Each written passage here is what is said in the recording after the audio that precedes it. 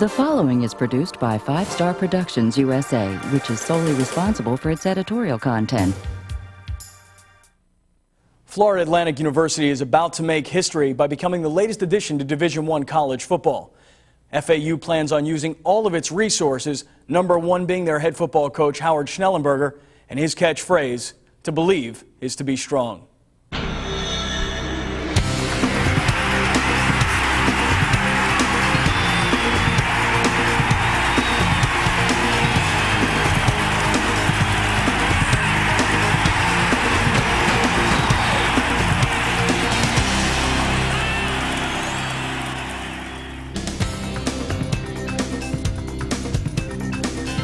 The beginning of the FAU football program is not the last time that the university will make it into the record books. But as you're about to see, that to become one of the NCAA's elite will be no easy task.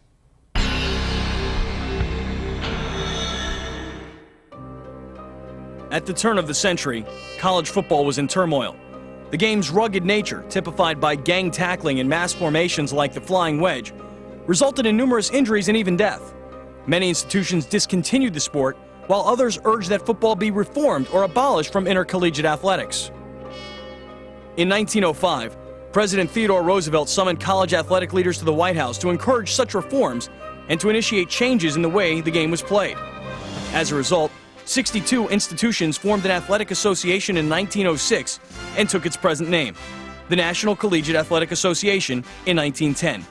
Its mission was to promote and improve athletic programs for the student athlete and develop educational leadership and athletics participation as a recreational pursuit. Over the years, the NCAA has gone from being a simple discussion group and rules-making body to handling a wide range of complex issues. Guidelines had to be set for recruiting and financial aid. Postseason games were multiplying rapidly, as were memberships. Concerns were raised about the effects of unrestricted television on football attendance. With membership on the rise, 3 legislative and competitive divisions were established in 1973.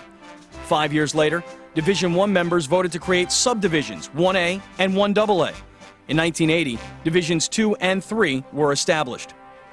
Today, there are more than 600 members that make up the NCAA. One of those members is Florida Atlantic University.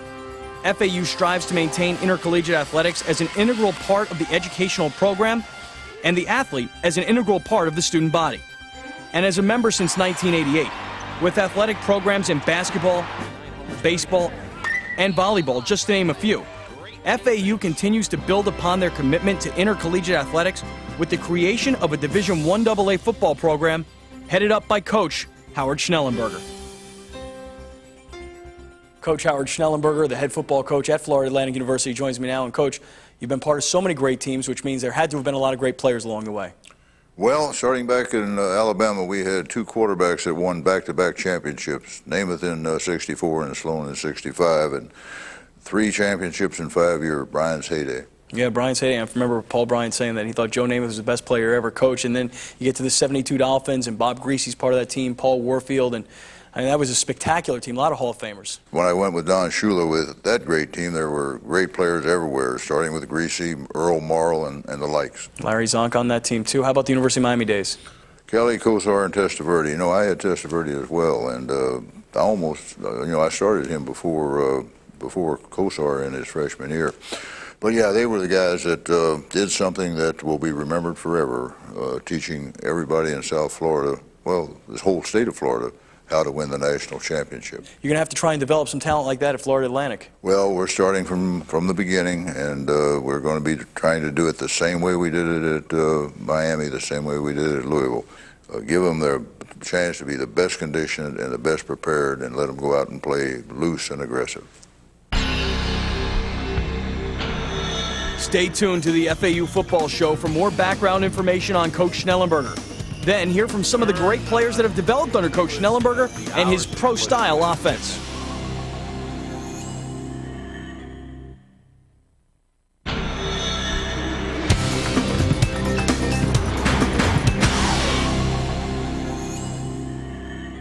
The OWL football program's destiny lay in a philosophical approach that was molded from Coach Schnellenberger's past relationships and experiences, both on and off the college and professional football fields.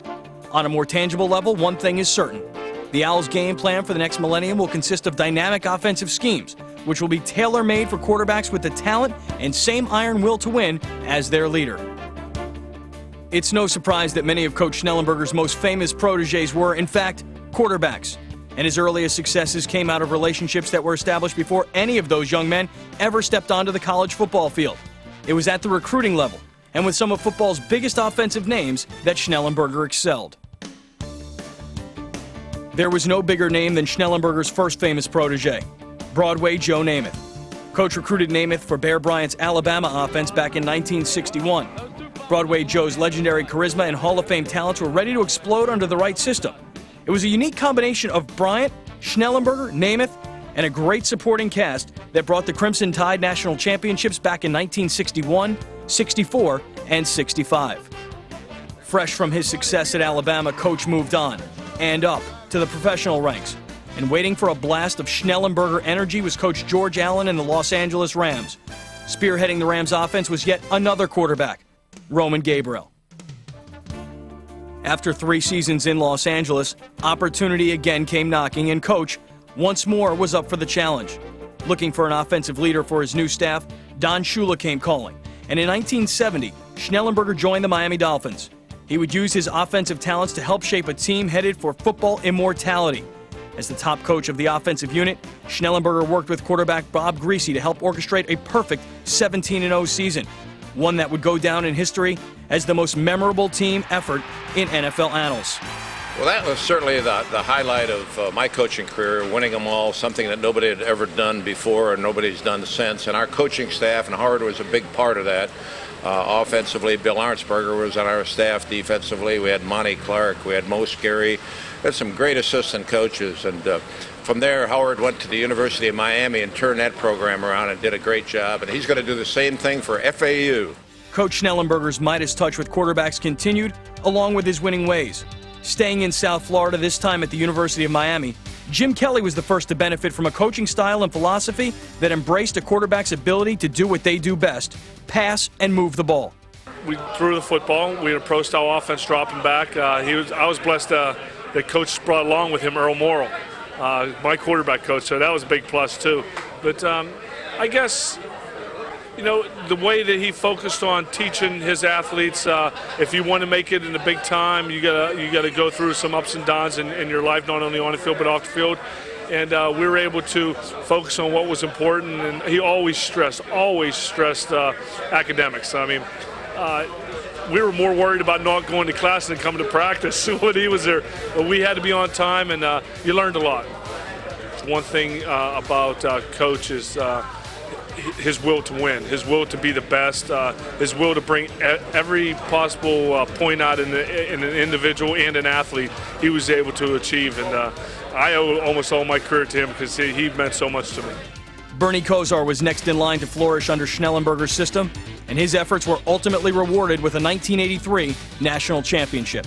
Howard Schnellenberger, with his reputation and experience of coming from the pros and being in Baltimore and being with offensive coordinator with the Dolphins during their perfect season, he was running a pro-style attack that really groomed the quarterback like a pro quarterback, yet at the college level. So I had the opportunity to really be coached like a pro quarterback from the beginning. I used to joke with people. I said I played at University of Miami under Howard Schnellenberger in '82 and '83, and then I played under Jimmy Johnson in 1984, and I played under that system, that pro system, and that type of coaching. And I was really excited to go on to the pros, thinking, God, I'm going to go to the pros. Man, if I got this kind of coaching in college and ran a system with this type of flexibility that Howard was running at the University of Miami and teaching me, I go, man, when I go to the pros, I'm really going to learn and get better. And what I found out when I got to the pros was that I had already had a great pro system and coaches around me, and there was some drop-off during some of the systems I played with at the pro level that wasn't as, the system and the plays and the scheme weren't as sound and as good as the system I played with in college. The hours that he puts in, the commitment to winning and being the best is something that's really special and has rubbed off on me. Patience and perseverance paid off for UM's next quarterback, Vinny Testaverde, who stuck it out long enough in Coach's system to walk away with his childhood dream, a Heisman Trophy. What followed for Coach in the next decade would be a series of highs and lows that would be highlighted by the University of Louisville's Fiesta Bowl win over Alabama. Standing beside future NFL quarterback Browning Nagel, Coach and his top player reveled in the spotlight and victory that most people said could never happen at the basketball-hungry university. For the Owls football program, the future is now. And with Coach logging his typical 20-hour days and his staff logging even more miles on the phone and on foot, collectively they are sure to come up with more than a few young men who will embrace the philosophy: to believe is to be strong. FAU will not be stopped.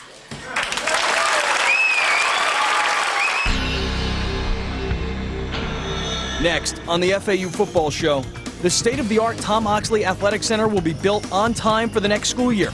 But the football team is not the only program that will benefit from this complex.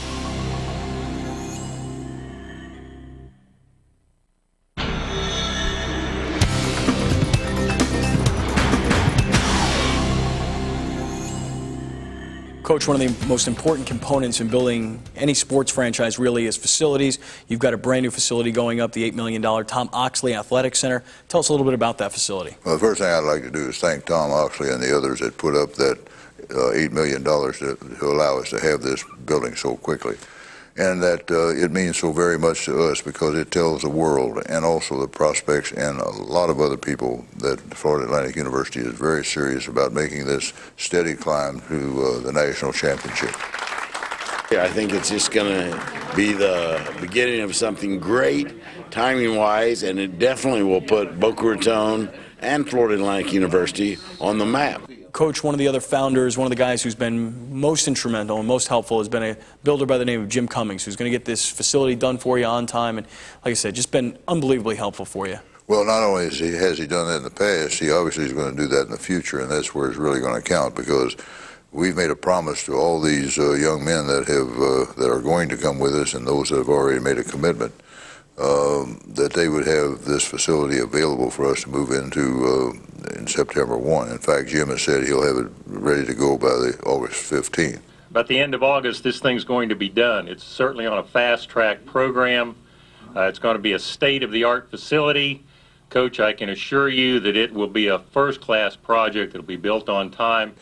And, of course, to be able to have him give back the monies that we give him for his commission, for his fees, makes this a lot more doable. Well, I'm very proud to be a part of this program. I think it's our corporate image and our corporate philosophy is that we take an active part in the community.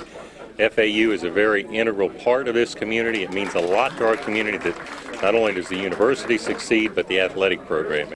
What will be in this building? Weight room, training room? Well, there's going to be a lot in the building. It's going to house on the top floor 21,000 square feet of office space that the university has never had before in its athletic department. It'll house the athletic director and his staff, the football coaches and their staffs. It'll have a study area up in the top floor along with a recruiting lounge. But downstairs in the guts of the building, 40,000 square feet of locker room space, training room space, equipment space, weight training spaces, and of course a lounge for our players.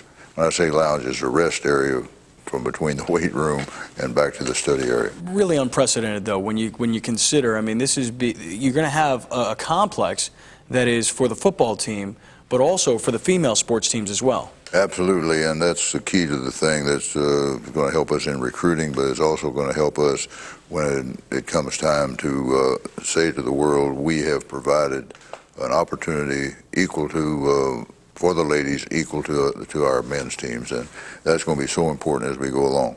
I expect that this coeducational locker rooms and facility is going to be one of the key assets to our recruiting. And our kids can move right in there on the first day of September, and we'll be up and running. Yep, your kids. This will be the house for your first recruiting class. Absolutely, and I look forward to it to no end. Coach, the new athletic center sounds terrific, but let's talk about how you get from the athletic center itself to an on-campus stadium. What's got to happen in between? Well, the thing we must do immediately, and that's continue to raise funds so that we'll have that center fully paid for by January of this year. And of course, we've got to make sure we have enough monies for our cash flow.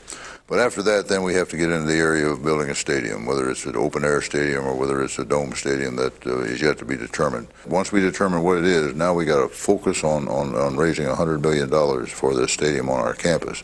And that's going to take a lot of preparation, and it's going to take a lot of work. We need to get that accomplished in about a year's time, because it takes us 2 years to build. So once we know what type of venue we're going to build, then we start with the orderly process of finding a signature gift from somebody in the neighborhood of 25 to 35 million, and then go to the people that generally advertise in the stadiums, the Coca-Colas, the Pepsis, the Budweisers, and so on, and get them involved with us. And I think we can get that done in a year's time. That would ensure our ability to move to Division I. We need 30,000 seats to go to Division I. We need something that will attract good teams down here to play us, and we also need to make sure that it's just the right size, 42,000, to give us enough people to come to the stadium and cheer for us, but that not too big as to be like the old Orange Bowl was for the Hurricanes. Yeah, you want to make it a little bit of an intimate venue, no doubt. Hey, Coach, for those people who haven't been on Florida Atlantic's campus, plenty of room, or so it seems, on campus to build a facility like this. It really is. There's over 850 acres, of which only about 20 to 25% is developed. We've already got over 10,000 parking spaces in place. Of course, we got 12,000 students, so we can use those during the school day.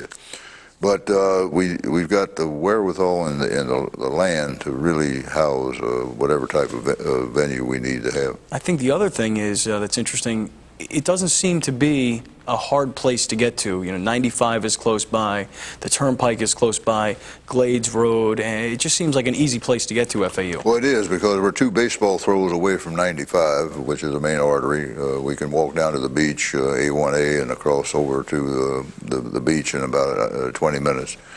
And, you know, when you start thinking of a dome stadium, you think about extra events. Concerts, maybe 150 like extra events a year, which would ensure the financial stability of our athletic department and probably put us in a position where we could then begin to make some gifts to the library and to some other worthy causes there on campus.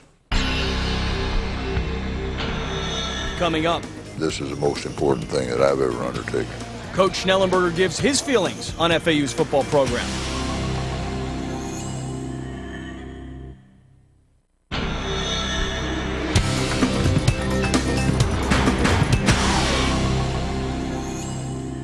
Coach, it's all starting to come together now. We can see it. We've heard all about it. Tell us what the short term holds now for Florida Atlantic, the football side of things. Well, we need to continue working, putting our staff together and get that done quickly, because we need to get right in to the balance of our recruiting. We need to bring some of those kids on campus for official visits. I need to get out and get in their homes, and then we're going to be signing those kids on the first Wednesday in February.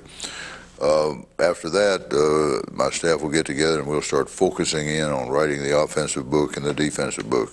And don't be surprised if it doesn't look a lot like what you saw at the University of Miami some years ago. Going to give 30 scholarships this year. 30 scholarships, and they'll come back. They'll come back to campus on about September the 1, the first day of school. We're not going to come back early because we don't have games to play. So we'll come back right there in September when the students come back. And we'll start practicing just like we were going to play football games. Well, it's going to take longer to get started, obviously, because they haven't been together. But then in about the 3rd week of September, we'll have enough stuff together that we can go out and scrimmage, and we'll start scrimmaging on the Boca campus. And then in the 2nd week, we'll go down to the Davie campus, and then in the 3rd week, we'll go up to the Jupiter campus. And we'll do that 3 times, giving us 9 regular season games. And then at the end of that regular season, we'll go down to Lockhart Stadium, and that'll be our Super Bowl inter-squad game. And at that time, the fans will come. They'll pay their tickets, buy their ticket, learn where to park, learn what seats they want to buy for the upcoming year. Cheers that the cheerleaders will be cheering. They need to learn. They have to learn how to be a football team, like we have to learn how to be a football team. And then another recruiting season, and then we'll get to the full first season. 30 scholarships this year you'll give away. 200 walk-on players will come and become a part of your program, and a big dress rehearsal at Lockhart Stadium next year. So No turning back. It's all coming together now, Coach. It really is, and I'm excited about it. You know, I've said very vividly and very strongly of all the things that have happened to me in coaching, whether it be Coach Bryant winning his championships, Don Shula, or mine, this is the most important thing that I've ever undertaken. Coach, to wrap things up, for people watching today, how can they get involved? How can they make contributions? Who do they call? Who do they talk to? Well, you know, we've always made the statement, and we believe sincerely that it takes everybody to be number one. And if it takes everybody to be number one, there's different things that different people can do. We like to think that there's a place for those that just can be fans of the heart, that really can't come to our stadium but can watch us on television, listen to us on the radio. And then there's those that can come to the stadium and buy tickets. And then there's those that can buy season tickets. And then there are ones that might be able to be a part of the Owl Fund and really become an integral part. Of course, there's always need for the people that have the capacity to make major gifts for us, and certainly those founders and those inner circle folks are always important, and we'll always need them. And as I've said often too, there might be someone out there that has a capacity to become a signature donor for our stadium, and there's always a place for those. But if anybody wants to be a part of it, if anybody wants to join us in this great effort, they can get me at my telephone number, 561, if they're out of town, 297-0038. I look forward to talking with them. 297-0038. Talk to Coach himself. So for the coach, Howard Schnellenberger, I'm Scott Kaplan, and we will see you next time. FAU Football, a brand new generation. To believe is to be strong.